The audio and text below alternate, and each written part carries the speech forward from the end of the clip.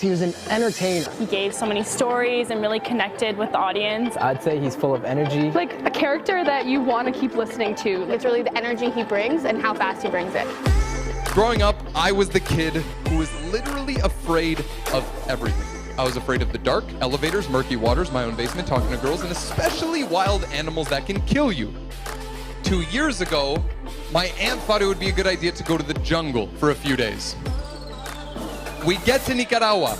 We travel 7 hours away from civilization. We are greeted by Pedro, the owner.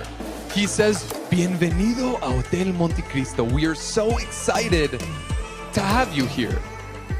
Are you excited about the crocodile tour tonight?" What I enjoyed most about Juan's speech was his personality and his personal stories. Our biggest problem is that we compare our behind the scenes to everyone else's highlight reel. It really was easy for students to see tangibly where they can go from his speech. He shines his flashlight across the coast and dozens of red eyes just light up.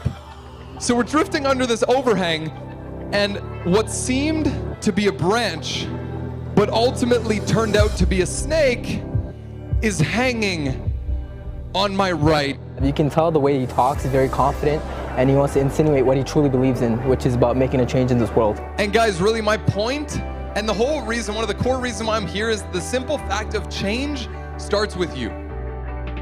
Because this world needs your leadership, they need your impact, they need your influence, and it's time to show up today, not in a week, not in a month, not in a year, but actually right now. I sprint up the stairs, and guess what crosses my path? The same coral snake.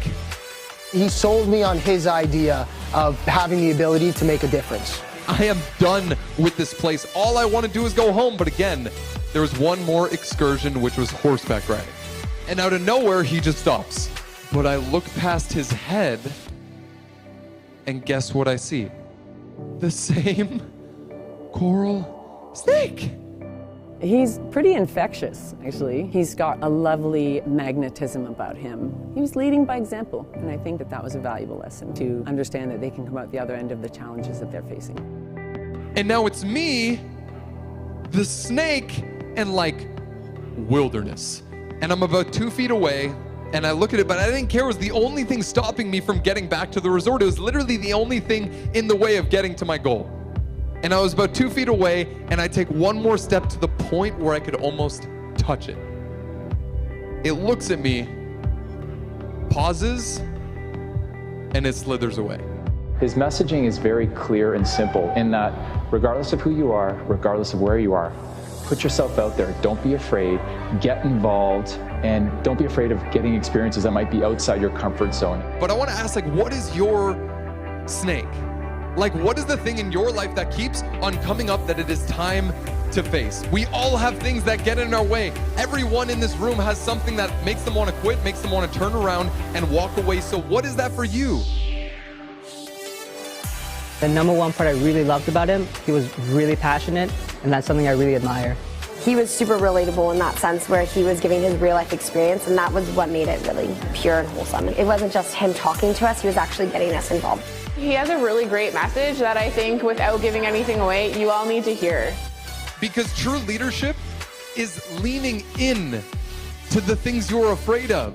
True leadership is stepping into a place where you consistently choose courage over fear, because courage is not the absence of fear. It is your ability to act in spite of it. Courage is not the absence of fear. It is your ability to lean into the things you're afraid of. True leadership is stepping into a place where you consistently choose the things that make you feel uncomfortable. So I want you to think about, before you leave today, what is one decision that you can make that will ultimately impact tomorrow? I invite you to make a decision that is going to impact you and the people around you, because what I know to be true is that decisions determine the quality of our lives. Because true leaders show up when no one else will.